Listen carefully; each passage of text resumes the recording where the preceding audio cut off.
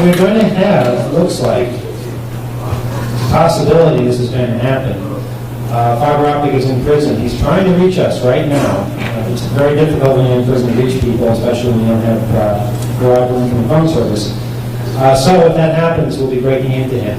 So like a late breaking news story. So we'll keep you posted on that, but that should happen sometime before midnight. We sure hope so. Right now, the European hackers are here, and it's a real privilege and a pleasure to welcome them to this country. I'll let them all introduce themselves and answer any questions you might have on European hacker publications, European hackers, and all kinds of other things. Just welcome them.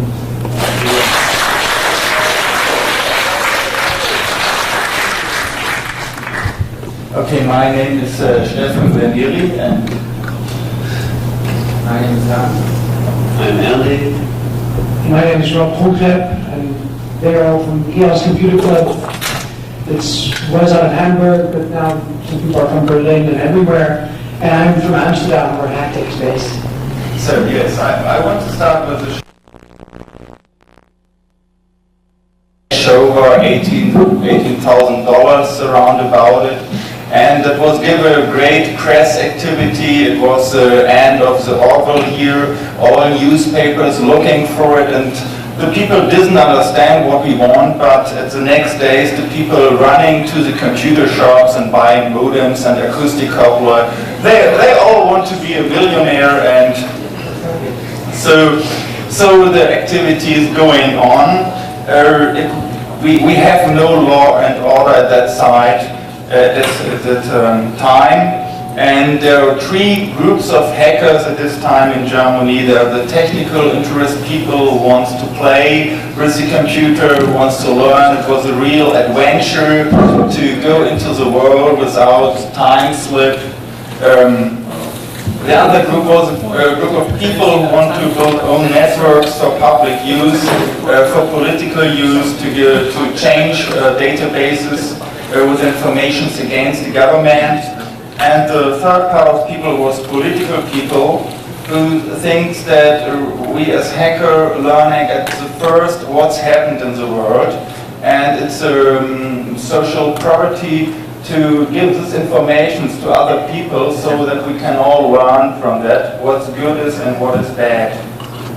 That was the best year of hacking. Social engineering time, so in this time you have to call if you want a password, you call the owner of the password, told him, oh, it's a great destroying of data, and I have to give you a new password, so please send me your new password. Yes, okay, I put this into the list, but I wanted to recover the data, so can you send me your old password too? And then you use the old password going into the computer, put in the new password, and the legal user is going into the computer and change the new password to the old, and you can use the computer for free, long time, nobody knows it. So at this time too, a lot of people are hacking VAX systems. So VAX system is an open technology, hackers like it. So they're playing a nice game in Tsukuba 1985. There are 30 hackers going into computer and drop out the other hackers, so, and the legal users too. And the user, the hacker who's the last into the system, have to win the game. In 1986, we built a group to write a paper for the German government for social working with computers for government. It was like a research grant to do some study on how computers could be used socially acceptable in the work of the parliament, how to improve on the working structures of the parliament by using computer networks. So in this same year, we make a public forum about computer viruses, the first public forum about computer viruses. We explain how computer viruses works, but we think about if we give the people a way to build logical bombs, and it's okay to give this information to all people. We have a long discussion about it, but we think at this time that it's better we discuss all problems open so that we can all learn from them, and not to go in the dark or to don't talk about it. So we have only one chance to take all informations, to reflect these informations, and give the impressions back we have. It's the same year, 1986. We get a law and order for hacking, like computer crime in Germany. And at the same time, we make the Chaos Computer Club to a registered organization. In Germany, we have a very nice law. It means that you can found a Verein, people going inside, and it's protected under special law. So you have a lot of rights, you can do a lot of things, and the government can't catch single people to criminalize them. They have first to go to the registered organization. So 1987 there was the NASA hack. NASA hack was a part where about 130 computers will in the SpanNet will hacked by a Trojan horse. A group called Waxbusters is going into the systems and put out all password, install a general password, read secret informations and make them so that nobody can see that. But that was a time that was forbidden, and so the people came to us. They are a little bit, yes, problems. While it was a lot of systems round about the world with nuclear informations, biological informations too. Yes, and then we think we have to publicate it. And that was one of the best social hacks we done, to publicate a story on one day about the whole world. Normally it's so a journalist wants to have 1 or 3 different sources of information if he believes a story. And so we give the informations on different ways to so much people that all printed it in one day and nobody asked what's happened later. But later comes the police. 4 weeks later, the police started the investigation with a lot of home visits. So at my apartment there was 27 police people from around the world, from France people, and they are coming in the evening, and it was very nice that we get it to transmit it in television live, so all hackers in Germany can see it in television in live, and then they clean up their desk and their computer. So at this time, the police is looking in 44 countries against members of the Chaos Computer Club, and we didn't know what's happened exactly. We learned it later what's happened. In 1988, I drive to France to hold the opening speech of Securicom, a security conference, but I didn't didn't come there. While at the airport, the French police was catch me, and then I go for 66 days in prison in France. They wanted information from me, why people hacking a cement factory. You know why people hacking the cement factory? Why? They need it for shelters. Cement is very important for shelters. And they're hacking nuclear laboratories, and of course looking by Philips and Thomson Brand into the production of gallium arsenide chips for the military use, and that the people didn't like. So after 66 days they leave me gone while they can't prove what they want, what they have, and it's so that in all countries the police activities will be closed, but I can't drive to France since 1988. If they close the paper, they have to pay for the 2 months, and that will be a problem too. So in the same time I was in prison, 2 journalists of a youth radio station going into the hacker scene, looking for some people in Hangover 2, find some, his name is Karl Koch, synonym is Hackbart Saline. He wants to talk to him that he goes to the Secret Service, opening all his informations, but they didn't want. And but the story behind is that these two journalists are working for the German Secret Service too. And in 1989, so there will be a final collapse of the story. In spring 1989, the German police will public that they have found a group of hackers. They're working for the KGB, and it was friends of ours who was there, but we didn't know it. So there was a lot of activity into the networks from 1984 to 87, 88, and we didn't know exactly what's happened. We have read it in the police papers later too. But if you know your best friend is working for the KGB, it's a big surprise for you too. And yes, these two journalists from the news radio station wanted to make a big story about this hacking for the KGB. But there was coming that one day in May, the people found Karl Koch dead in a wood, burned himself is the official way. But we have a lot of, we didn't believe it, so there are a lot of informations that they want to publicate a great hacking story at the same time as Mikhail Gorbachev comes to Germany. So the East Germans want to be free from the Russians and their own politic. We think so, I think so, I can't prove it, but there are a lot of background informations that's possible that this was a political attack, that the story was going under the table.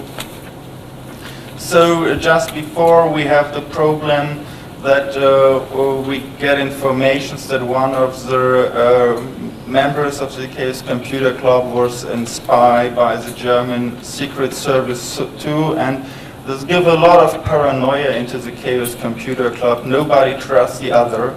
It will be a great problem for us, so we have need 5 years that we can work now, and today it's so that we have the trust problem too by somebody. It will change the whole work of Chaos Computer Club, while we have a lot of social problems after these attacks from secret services and after this, the death of Karl Koch. And okay, the story goes on. 1989, the German wall is falling down, and in the spring of 1990 we make the first Congress in East Berlin. Later Germany was unified, and it's the same way the US police list to catch people was cleared up. So since 1990 it's possible that Chaos members can drive to New York or to US. It's the first time I tested out here, and you see it's no problem now to travel to New York. In 1991 it was not the same. The Chaos Computer Club was paralyzed by the police activities, by the social followings we have. And so first in 1992 we get the feeling back that we are a family, but we don't want to talk so in public about the things we do. The people hack, use, have fun, but don't want to give the information to public. It's very a little bit paranoid inside, and it have need time that we find the old way to work, that we discuss, open the programs, change informations, and we give informations to the press too. So for the future, a short look for the future, or what's the feeling of us is that so long as technical development is going on, hackers have a great adventure to learn. Hackers are the people who learn at first what new technology will bring, and good and bad things, and it's a social it's a public responsibility to give this information to other people so that we can learn to build a better world in this way. We have also learned that we have only one protection against secret services, and that's public working to give a lot of information to public, that the people know what's happened. In the first time it was very different, people all liking what we do, but everybody has a different way why he like it. People like the Chaos Computer Club while they didn't like computers, or they are afraid against computers, or they like the feeling of David against Goliath, so that we are with a very little group make so much activities. But the ground behind is that we as CCC never have given wrong informations to the newspapers or to public. And so the CCC today is a knowledge organization. The people ask us if they have problems. So a lot of people coming to us who have consumer problems, the telephone bill is too high, they have problems with their credit card or the bank card or so. And if there is nobody who can help them, then they ask them, calling the number of the Chaos Computer Club. So we are the last address for the social technical problems, and sometimes we can help, or we give a lawyer that they can help. So the last things I can say for me is I have seen here a lot of people who has into their brain paranoia against secret services, and I think it's the wrong way. If you want to work in the dark, you lost the game before you start. You have to work public, and you have to give information to the public that the people know what's happened. So, and if you're going and every time you have the paranoia against secret services into your brain, you will be ill and crazy, forget it. It's not a very nice way to live. Okay, that's my part.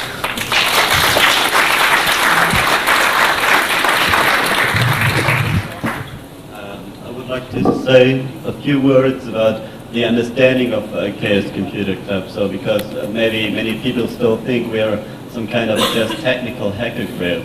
Our magazine differs a lot from 2600. 2600 is more a technical genre, I think, about how tricks works and how technology is working. That we have too in our magazine. But since 1986, since we have the law against computer things going on in Germany and hacking, we changed a little bit our position from a hacker group to some kind of a forum where we distribute information about risk and chances of information technology, the use of it. We have special rules. We say information should be free, communication systems should be accessible for everyone. Telecommunication prices are political prices, things like that. And so we are, I think, a little bit more on the social aspects of this technology than on the technical. We, of course, are always having technical terms how to start a discussion. For example, last year, at the beginning of this year, there was the CeBIT, the big German exhibition, a company distributing and giving CD-ROMs for everyone, this encrypted software around it. And we found out it's very easy to crack that CD-ROM disk and get the software decrypted to everyone who had the CD-ROM but for free.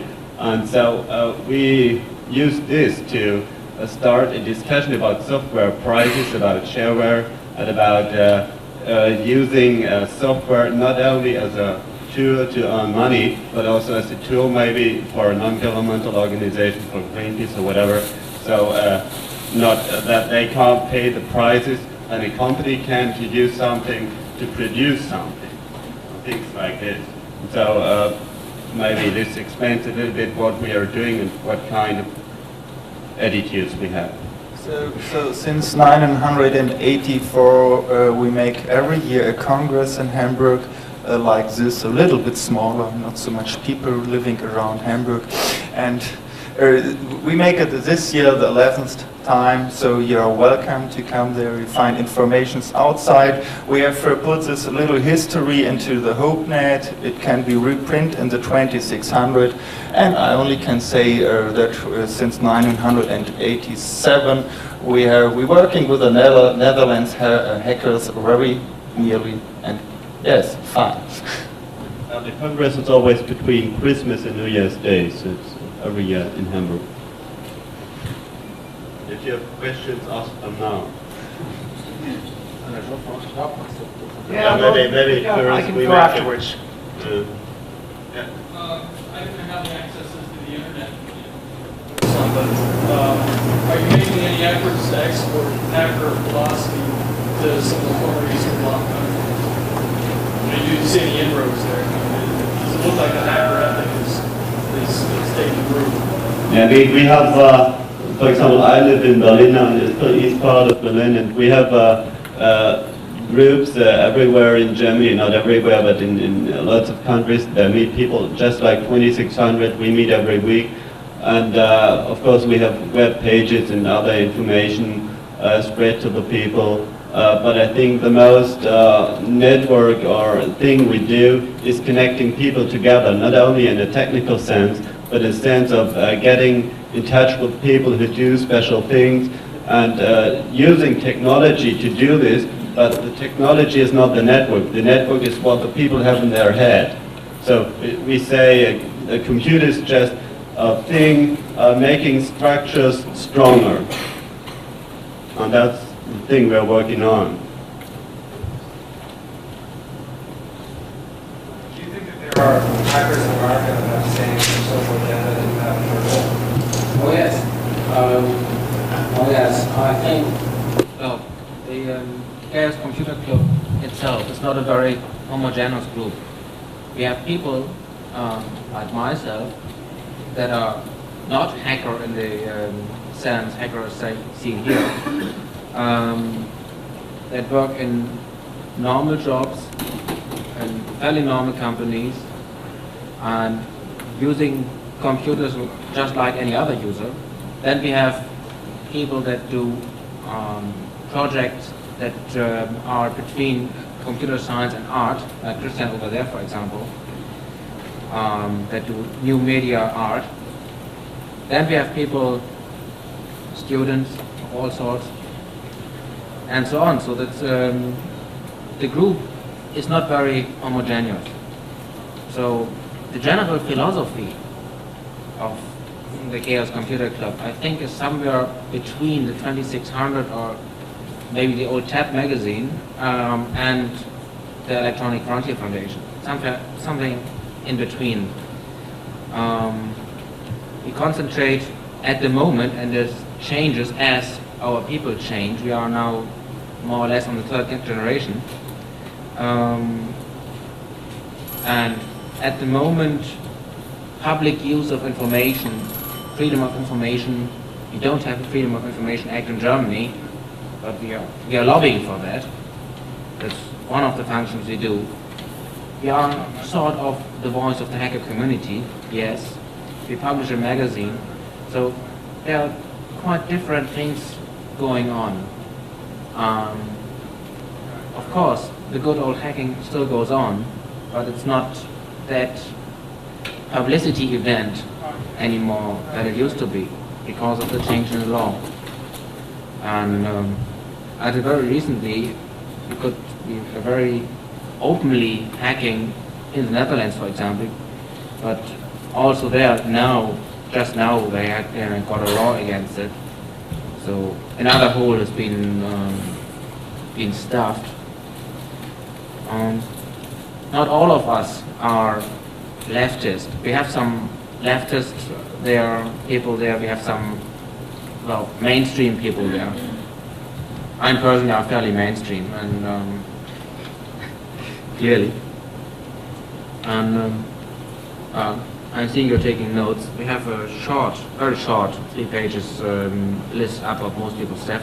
Stephen said here before. So I have a few copies of this. We don't have to take everything down if you want. Unfortunately, the printer is not working as it should, so we have only a very few copies.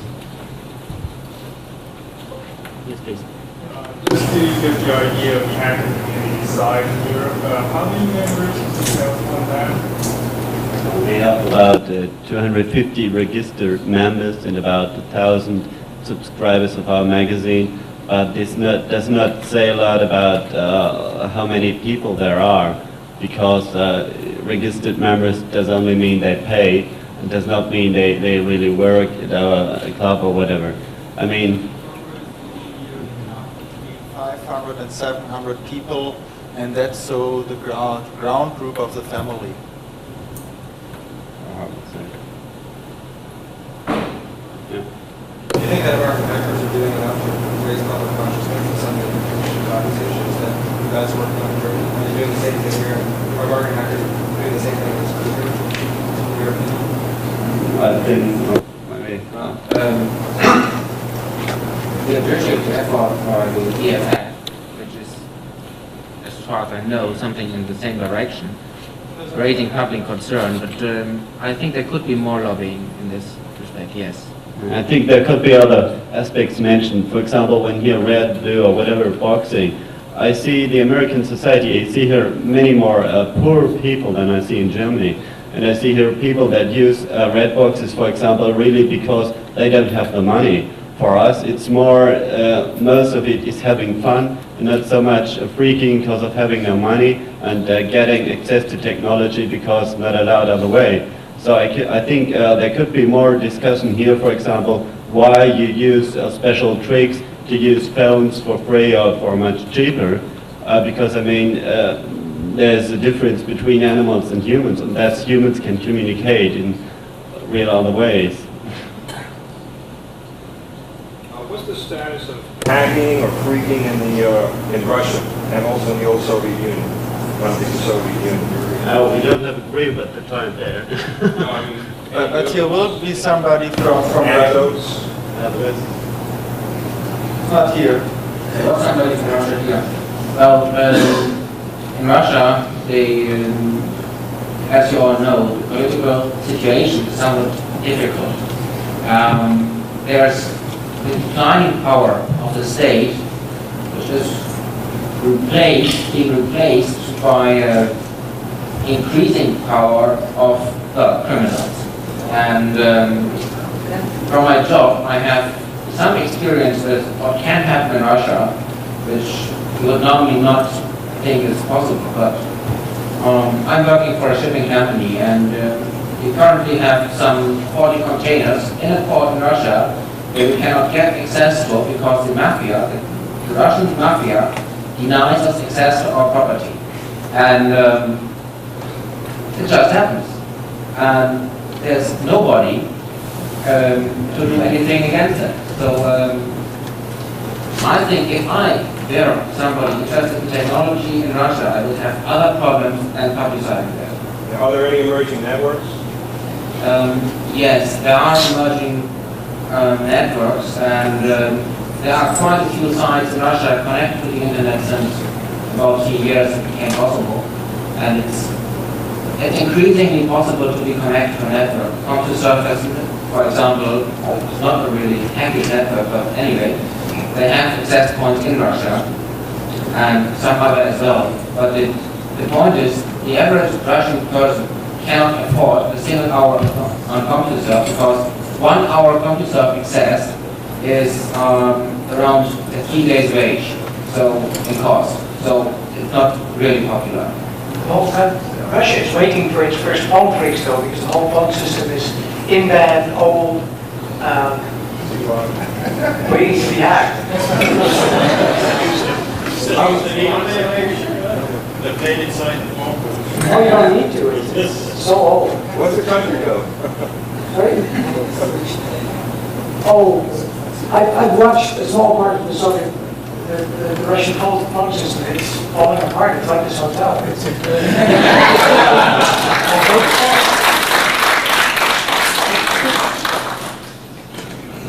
In fact, this hotel, the wiring in this hotel reminds me so much of Moscow. It's not even funny.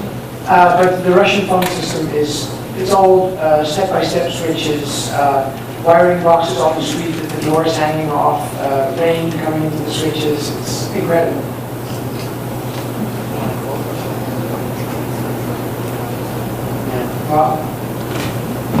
Okay, any more questions for them, or shall I talk about what we do?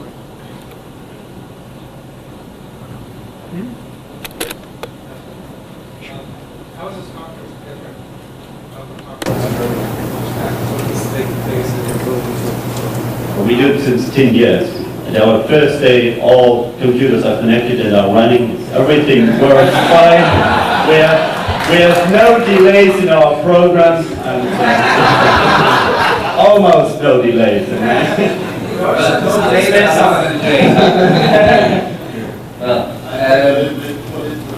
With more people, they talk political and think political. It's here. It's not so much technical people, but we have a lot of technical people too. And in Germany, you can smoke what you want on the Hacker Congress. Well, another point of view, the main difference is, first of all, it's all in German. Although there are lots of English-speaking people around. Secondly, we have normally one panel going on and several workshops going on at the same time. So there's not one panel and that's it, but there are workshops in smaller rooms going on at the same time. And yes, we tend to have our technical things working at latest at the noon of the first day, because we start about a week earlier. And of course, 10 years practice make it almost automatically to get every cable. So normally we start 3 days before the startup, and if the Congress is started, all members of CCC are sleeping on the keyboard. Yeah, official 3 days. 1 day to recover the house, and 3 days to build up. We have 3 days of normal program and 2 days before and 1 day after to build and some days come on Christmas evening to start, so we talk the high hacker Christmas too. Okay. I'll talk a little bit of Hactic and tell you folks what we are doing out in Amsterdam in Holland. Hactic is started out as a magazine and not so much as a club of people. This is, I'll show you what a Hactic looks like. This excellent set of back issues happens to be for sale, but we'll get to that later. Looks a bit like this. It's a magazine. It's not unlike 2600. I'll get to what the differences are later, and we can get into that a little bit more. I'll tell you a bit about the history. Hactic started back in 1989. At that time, there was a group of people that felt that there was a large discrepancy between what people were led to believe about technology and the things that we found to be actually true, because we were breaking into computer systems. We were finding that there was hardly any security. Computer systems that we came across were usually flaky. The people that were running them didn't know what they were talking about. The days of networking were just beginning in 1989, and the people operating the networks had no idea what they were talking about, and we found this to be true almost anywhere. Yet people were led to believe that it was all functioning perfectly, and you couldn't turn on your TV, or some company was saying that they all had it down and it worked perfectly, and there was absolutely no problem whatsoever. And we saw a lot of problems. We saw problems of people not having access to this new technology, information not being shared with people that should have access to it.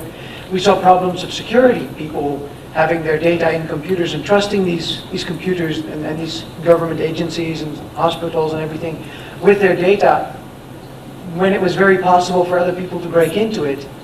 And we also saw a subculture of people that understood the risks and was having fun breaking into computer systems and telling each other about these risks, and was really developing a real underground information network to share this information.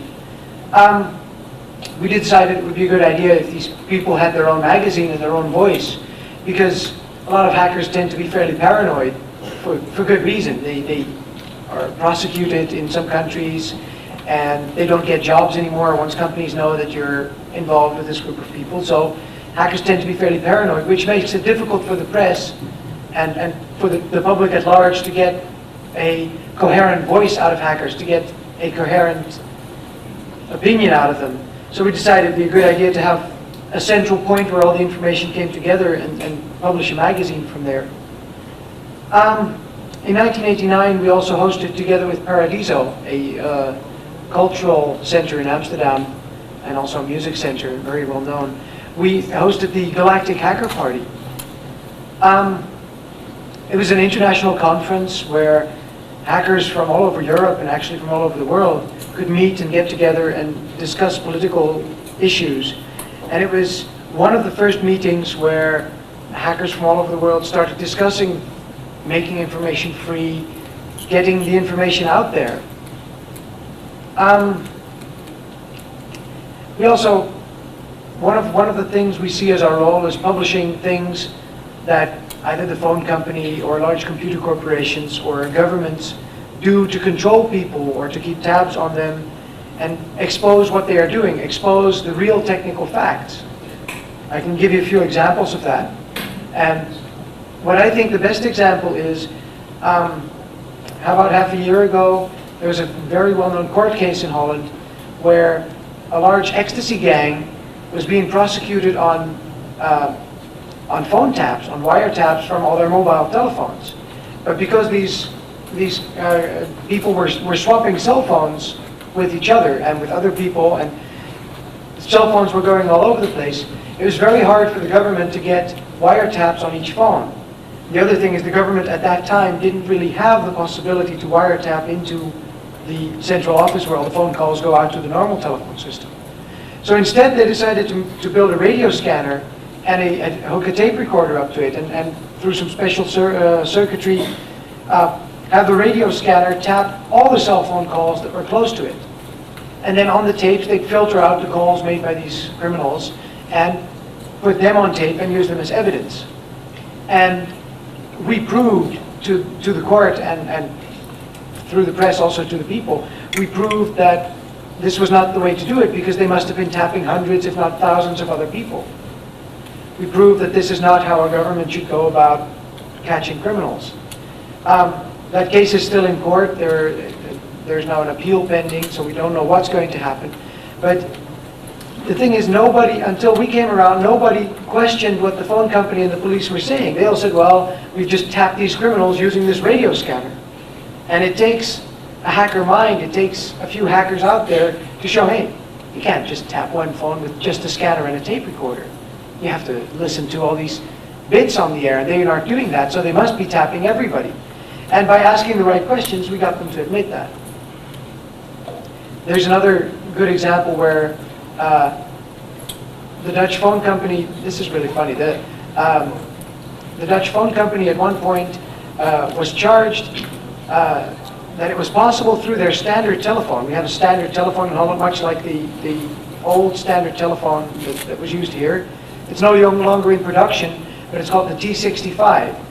And somebody found out that you could, through the T65, out of literature, he didn't do it himself, through the T65 you could listen to conversations in a room even if the phone was on the hook, if you had access to the bare phone wire.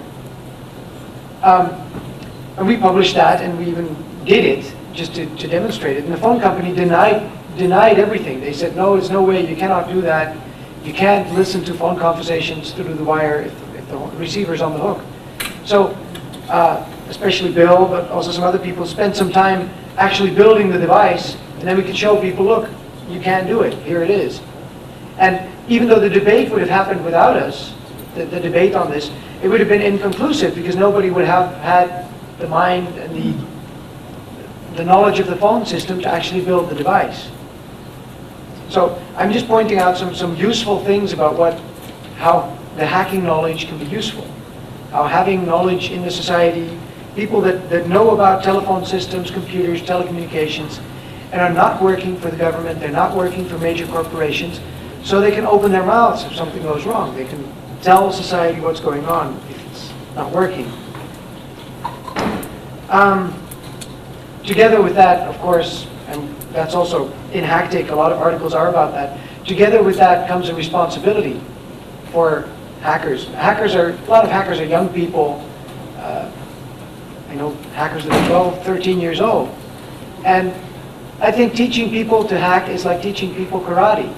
You have to teach a responsibility along with the knowledge. you can teach people how to break into computer systems, but you also have to teach them it's probably not good to do this and destroy computer systems. It's not good to erase other people's work. It's not good to violate people's privacy. So it's very important, I think, to also teach people what not to do with this newfound knowledge, this newfound power that they have. What else should I talk about? What else have we done? Then 1992 came along, end of 1991, and it really started when 4 or 5 hackers were kicked off an internet system that some of them had legal accounts on and others were hacking into. And 4 or 5 people found themselves without any internet access. Internet at that time in Holland did not have a public access provider. There was nobody offering internet except to major corporations and universities for thousands of dollars a month. And if you didn't like that, you could always get mail and news, but not the online access. And even mail and news were incredibly expensive. So we decided to do it ourselves and set up an internet provider. We called it Access for All, which is written XS4ALL. That got really popular real fast, even though the internet community frowned upon it badly because they felt, this is weird. Hackers that are breaking into our computer systems and then we kick them off our computer systems and then they buy a house and become our neighbors. So there goes the neighborhood, yeah. But since we were the only internet provider and we set the cost for internet access in Holland really, really low, so nobody, for the first few months, nobody felt like competing with us, all these very well-known and famous people that happened not to be working for a university or a major corporation were suddenly having .hactic.nl in their email address. And even the head of the Dutch police force that chases high-tech criminals is actually known as fridge@cri.hactic.nl. So we were putting up a public access service that was much wider than the hacker community. We were putting people on the internet. And now there's other providers, but for about a year we were the only ones. That gave the hacker image a real boost because we had a really good image when we started, because people saw us as like the Robin Hoods fighting the system. Oh, this is really good. Finally some people that can do something about big corporations storing my data. And then the government had to push through their new computer crime laws because of pressure exerted on them from Germany and from the United States. And so all this bad publicity happened about how much economic damage hackers were doing to Dutch companies. And for a while, the hacker image was really fairly grim. Hackers were people that broke into computer systems and broke things and didn't do any good at all. But this setting up of Access for All has really helped us in breaking open the situation, in creating a new image of hackers. Even though the same people that set up Access for All are still involved in breaking security and seeing what's out there and how it's hackable. We also organized Hacking at the End of the Universe in 1993, summer of last year, which is a convention not unlike this one, except that we had it out in tents and on a campsite in the middle of nowhere. But it was fun. It lasted 3 days, and there was a lot of people coming together there. We had a pirate radio station, a network on the internet, workshops all happening simultaneously, but also in a big auditorium tent. That was a lot of fun, and one of the ideas that came out of the Hacking at the End of the Universe was to set up the Digital City, which is a free net we are operating out of Amsterdam. The Digital City now has 40 modems hooked up to it. It's a Sun workstation, and it's running software that allows people to communicate with each other real easily. And we chose a city metaphor, so people can actually walk around streets and do things, meet each other. It is really a city. Sorry? It's still going. Its internet address is dds.hactic.nl, and you can telnet to it. Most of it's in Dutch, though, although we're working on a bilingual version of it. Now,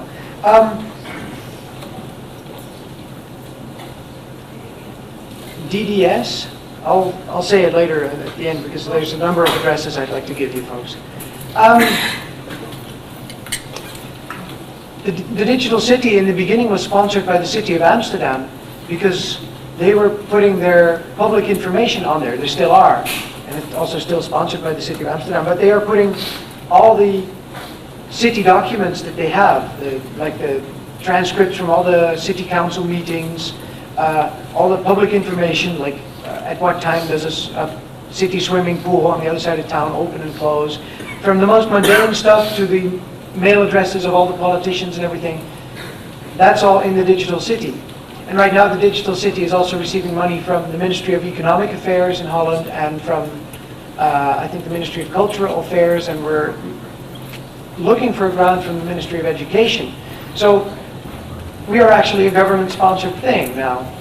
There's hackers now setting up the Digital City together, I should mention, with the Cultural Center De Bali in Amsterdam, which is also participating. And we're really working on getting information out to the people. There's really a lot of hackers that are putting part of their energy into making the system work. I should also touch the issue of security on the Hacktick systems, because we've had people break into Access for All and crack root on it. We've had people break into the Digital City. We're giving people half a year of free access if they tell us how they did it. And that's made Access for All, I think, one of the most secure systems on the internet. Because everybody wants, we've made it sort of an honor thing. There's people that have hacked root 4 times. There's people that have hacked it only once. And if people hack root 3 times, they get to be invited on the security panel where they can advise on making Access for All even more secure. So that's, even though we're setting up a really legitimate public access internet Unix site, we're still trying to prove to people that communicating with hackers and using their skills and knowledge to make the system more secure is a much more sensible approach than trying to send the FBI after them and not doing anything about your system security. But it's an ongoing battle. Unix will never be secure. Systems will never be secure.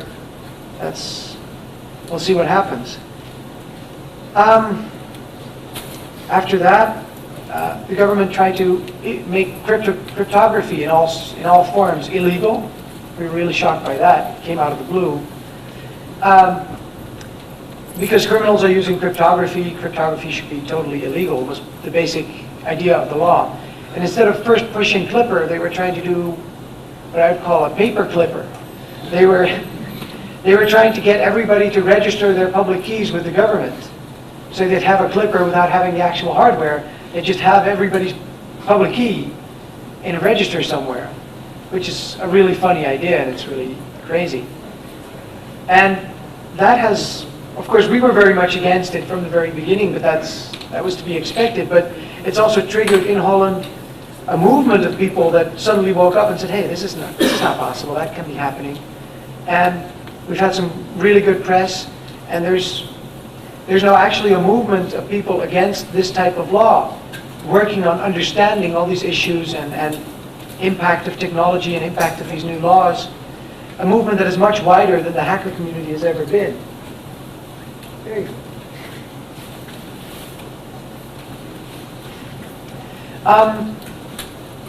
So that's really good, that even though the law did not go through this time, they will come back with it again.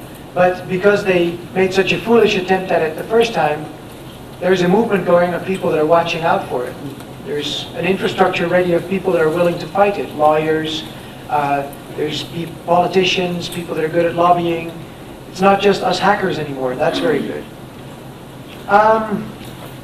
What else should I be talking about? I can give you guys a scoop because Hacktick's almost, the new Hacktick, I don't have an issue with me, is about to hit the newsstands, and we hacked the prepaid chip card system that's out in Holland. I think it's a pan-European system. The Germans have it too. But no, it's the same system. It's a chip card prepaid system. And we've hacked this system, and we've built a program for the PC that does an emulation of it over the printer port. So your PC can pretend to be a chip card.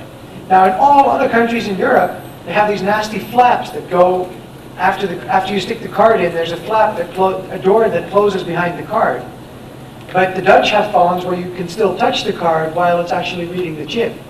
This is because the Dutch are paranoid. They don't trust machines that take your cards. So, oh, same in England. Well, the Brits are paranoid too then. So even though we're working on giving people access to the internet and we're doing all these, let's say, mainstream above ground things, we are still working. If a new piece of technology comes out and phone companies or other organizations are claiming that it's really, really, really secure, we still go out and see if it really is secure. We still go out and find out if we can hack it. So we're keeping that knowledge alive as well, because it is important. And God forbid, if things ever go wrong, if this society ever falls towards dictatorship, then we are going to need people that know how to break into computer systems, that know how to subvert technology, because all this beautiful technology that's being set up around us today could be used against us. And if it is, we're going to need as many people as possible that understand how it works. They don't have to go on the streets and clone cell phones today, as long as they have the mindset to understand how this technology works. They have the mindset to not sit there and say, oh, it's technology, I can't do anything about it. Because there is scary things happening. Governments all over the world are working on registering our every move. There's now boxes that you can hook up to a video camera that have video input on one side, and then license plates come out serially on the other side. There's interesting devices being made to enable governments to control what we are doing. As I was saying, cellular phones are being tracked down by 100 or 200 meters now if you're trying to make a call with the new digital systems. Governments, big companies too. Oh, sure. Government is subcontracting. That's...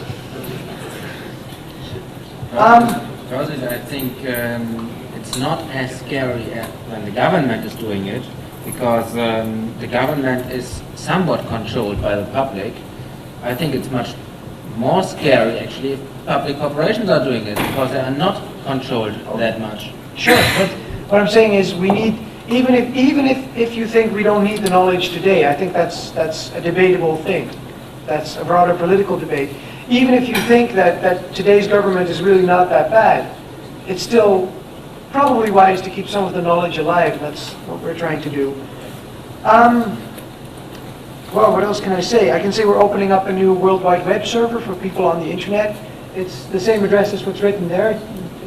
Except that it's not DDS, but www, World Wide Web. It should be open by the end of September, so in about a month and a half. There should be quite a bit of information on there.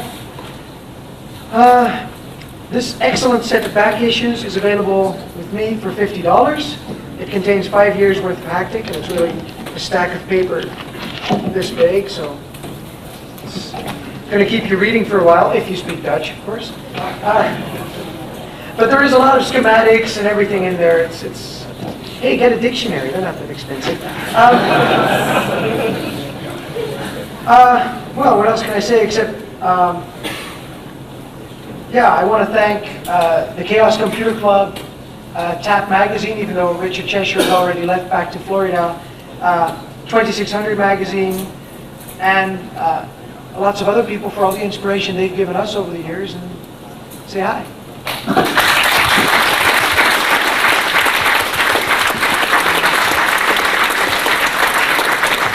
If there's any questions, just ask them. Tell us about the hacker community in other countries in Europe. Are they really tightly knit to each other, or are they quite separate? That's a tough one to call. France, I don't really understand. I don't really know what's going on there. Because there's not really a coherent scene there. In England, everybody's just scared. In Denmark, there were some people doing calling card stuff, and there's a lot of people, through Scandinavia as a whole, there's kids doing calling card things and making phone calls to the States to update their bulletin boards, but I don't think there's much of a political hacker scene. There's some people in Spain and Italy there are, but I mean, okay, we have some kind of exchange. We send us our magazines and so on, and we meet at the congresses we make in Europe, the HOITING, the HackerZN, the University of Communication Congress. There, most of the European people come, but mostly the things you there work just in Berlin. So. Well, there is some organization calling itself Chaos Computer Club France. They're doing a magazine, supposedly. Unfortunately, we never got one. And so there is somebody, or there are some people using the same name as we do, and well, there's not a lot of contact going on, unfortunately. So I don't really know why. In Italy, there's a group of people called Decoder in Milan. They're working really hard on. I wouldn't say they're into hacking as much, but they are into the culture of new technology and the culture of new media, and they are into that angle of it. It's sort of an underground wired.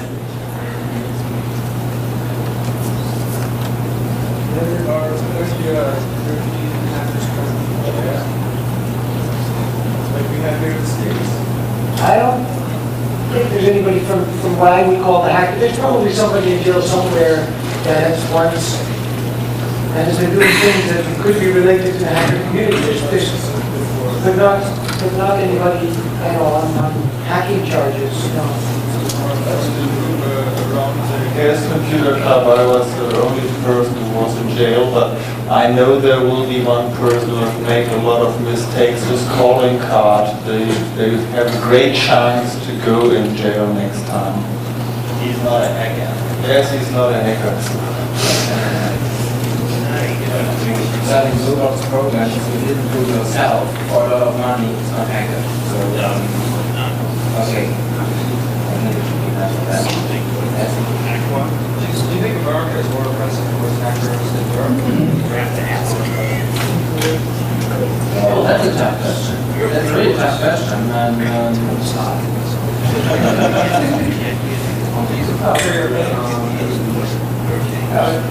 The States are repressive on people exploring in general. It's not just hackers. You're not supposed to find out. You're not supposed to explore. That's the last question. Two things here. As far as I know, the laws are more restricted here than they are in Germany or in the Netherlands.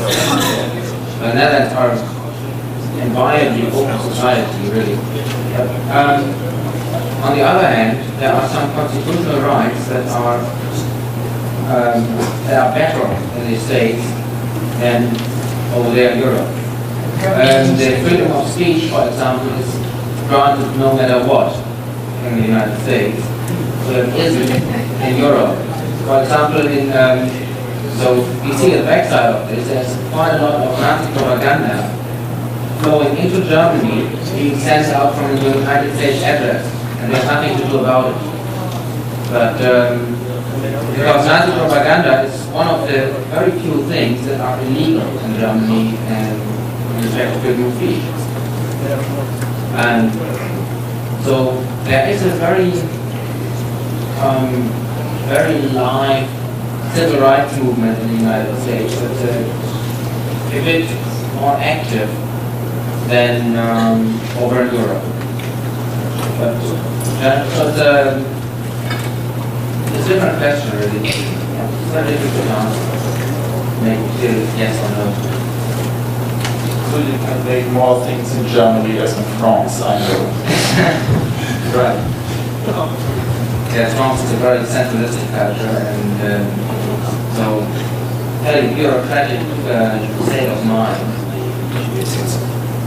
Photography is forbidden in France since last year. You're not allowed to strip anything, any information transferred anywhere via a telephone line, which is not readable for the government.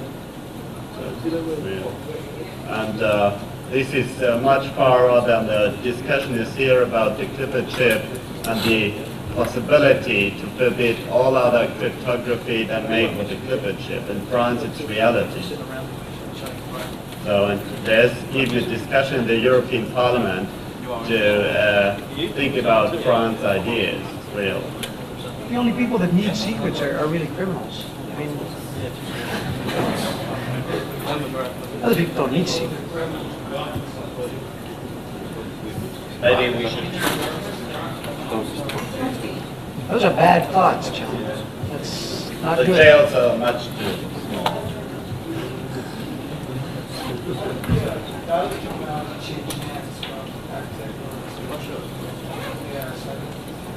Oh, I don't think the dialer technology. In Holland, there's a new law enacted since 1993 that makes some specific things illegal, and one of the articles of this new law just about spells demon dialer. It doesn't say demon dialer, but it describes all the activities that Hactic's been doing with the demon dialer in explicit detail. So we decided it would probably not be a good idea to go on with the demon dialer and do other things that would piss them off just as bad, even though they weren't in the law yet. That's maybe I should explain what the demon dialer is. I can maybe show one. This is a demon dialer. It's on? That's C5.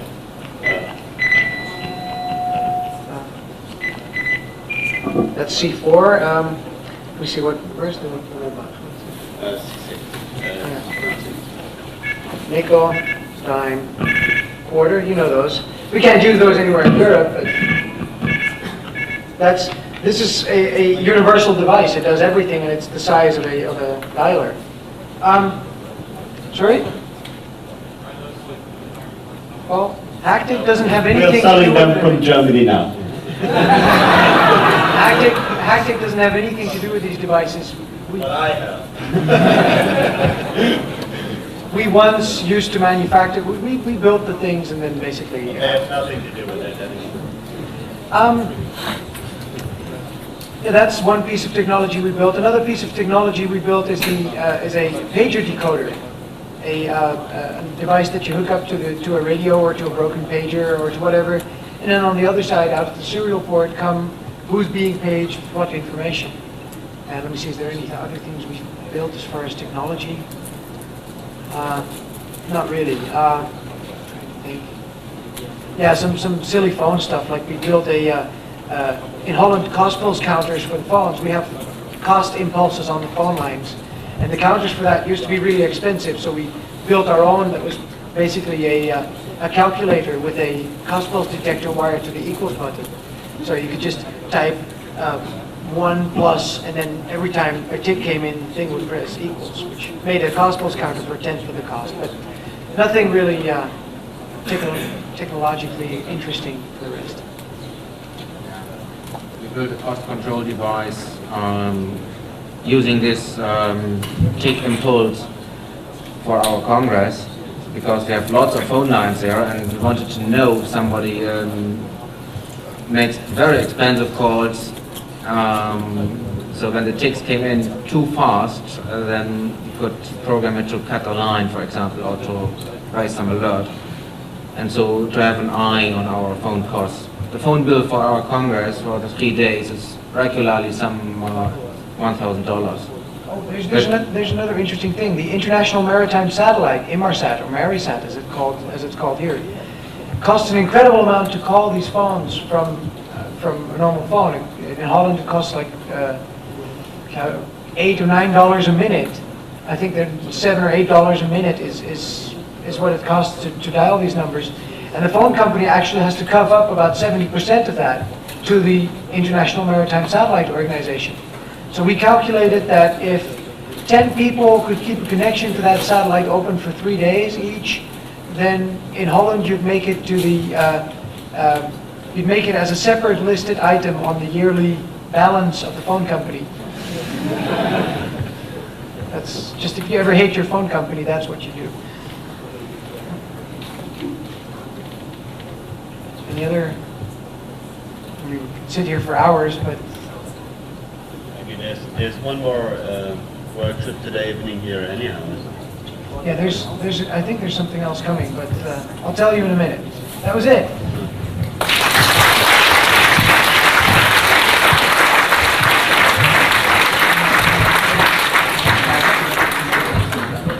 Modems and acoustic coupler. They all want to be a millionaire, and so the activity is going on. We have no law and order at that side at that time. And there are three groups of hackers at this time in Germany. There are the technical interest people who wants to play with the computer, who wants to learn. It was a real adventure to go into the world without time slip. The other group was a group of people who want to build own networks for public use, for political use, to change databases with information against the government. And the third part of people was political people who thinks that we as hacker learning at the first what's happened in the world, and it's social property to give this information to other people so that we can all learn from that what's good is and what is bad. That was the best year of hacking.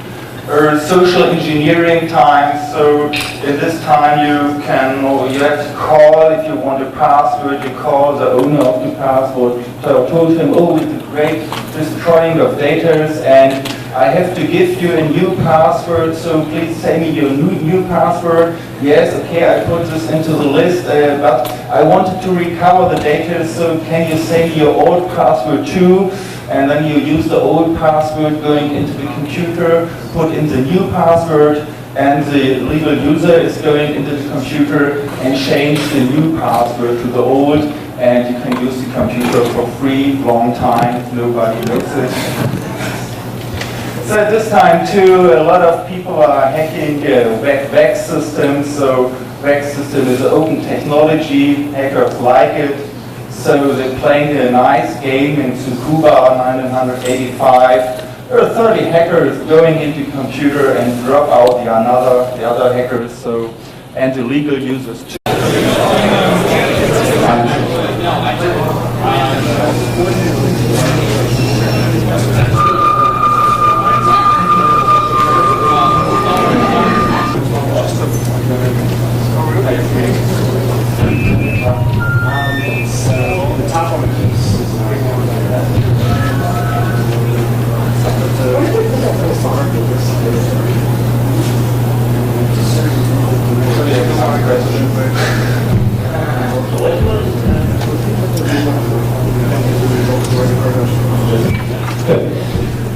We're going to have, looks like, possibility this is going to happen.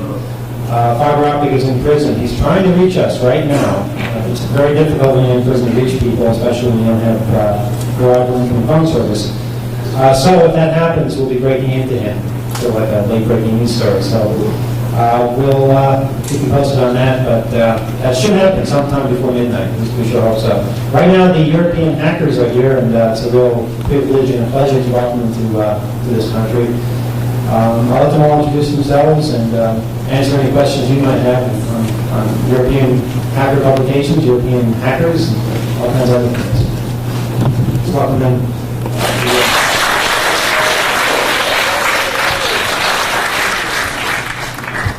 Okay, my name is Stefan Vernieri, and My name is Hans. I'm Ellie. my name is Rob Hoogep, and they're all from Chaos Computer Club. Was out in Hamburg, but now some people are from Berlin and everywhere. And I'm from Amsterdam, where Hack takes place. so yes, I want to start with the show for $18,000 around about it. And it was given a great press activity. It was the end of the Orwell year, all newspapers looking for it, and the people didn't understand what we want, but at the next days the people running to the computer shops and buying books. It was the NASA hack. NASA hack was a part where about 130 computers will, in the SpanNet, will hacked by a Trojan horse. A group called Waxbusters is going into the systems and put out all password, install a general password, read secret informations and make them so that nobody can see that. But that was a time that was forbidden, and so the people came to us. They are a little bit, yes, problems. While it was a lot of systems round about the world with nuclear informations, biological informations too. Yes, and then we think we have to publicate it. And that was one of the best social hacks we done, to publicate a story on one day about the whole world. Normally it's so a journalist wants to have 1 or 3 different sources of information if he believes a story. And so we give the informations on different ways to so much people that all printed it in one day and nobody asked what's happened later. But later comes the police. 4 weeks later, the police started the investigation with a lot of home visits. So at my apartment there was 27 police people from around the world, from France people, and they are coming in the evening, and it was very nice that we get it to transmit it in television live, so all hackers in Germany can see it in television in live, and then they clean up their desk and their computer. So at this time, the police is looking in 44 countries against members of the Chaos Computer Club, and we didn't know what's happened exactly. We learned it later what's happened. In 1988, I drive to France to hold the opening speech of Securicom, a security conference, but I didn't didn't come there. While at the airport, the French police was catch me, and then I go for 66 days in prison in France. They wanted information from me, why people hacking a cement factory. You know why people hacking the cement factory? Why? They need it for shelters. Cement is very important for shelters. And they're hacking nuclear laboratories, and of course looking by Philips and Thomson Brand into the production of gallium arsenide chips for the military use, and that the people didn't like. So after 66 days they leave me gone while they can't prove what they want, what they have. And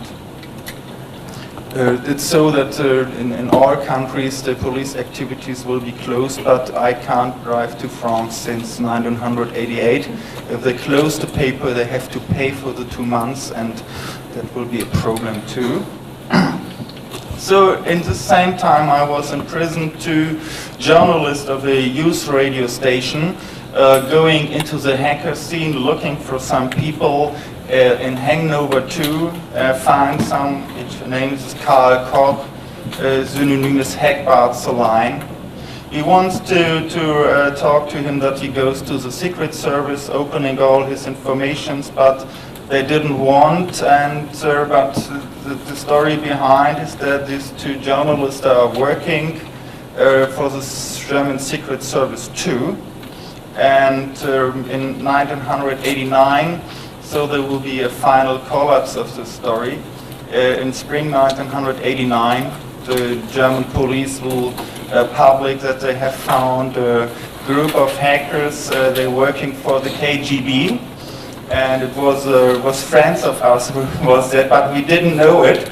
So there was a lot of activity, and the user, the hacker who's the last into the system, have to win the game. In 1986, we built a group to write a paper for the German government for social working with computers for government. It was I got a research grant to do some study on how computers could be used socially acceptable in the work of the parliament, how to improve on the working structures of the parliament by using computer networks.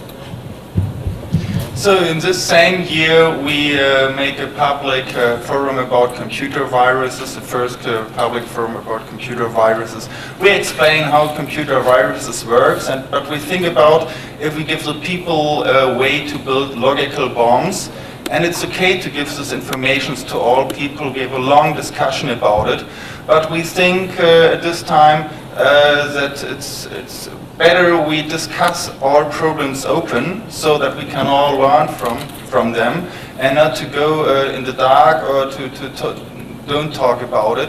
So we have only one chance to take all informations, to reflect this informations and give the impressions back we have. It's the same year, 1986. We get a law and order for hacking, like computer crime in Germany. And at the same time, we make the Chaos Computer Club to a registered organization. In Germany, we have a very nice law. It means that you can found a Verein, people going inside, and it's protected under special law. So you have a lot of rights, you can do a lot of things, and the government can't catch single people to criminalize them. They have first to go to the registered organization. So 1987, there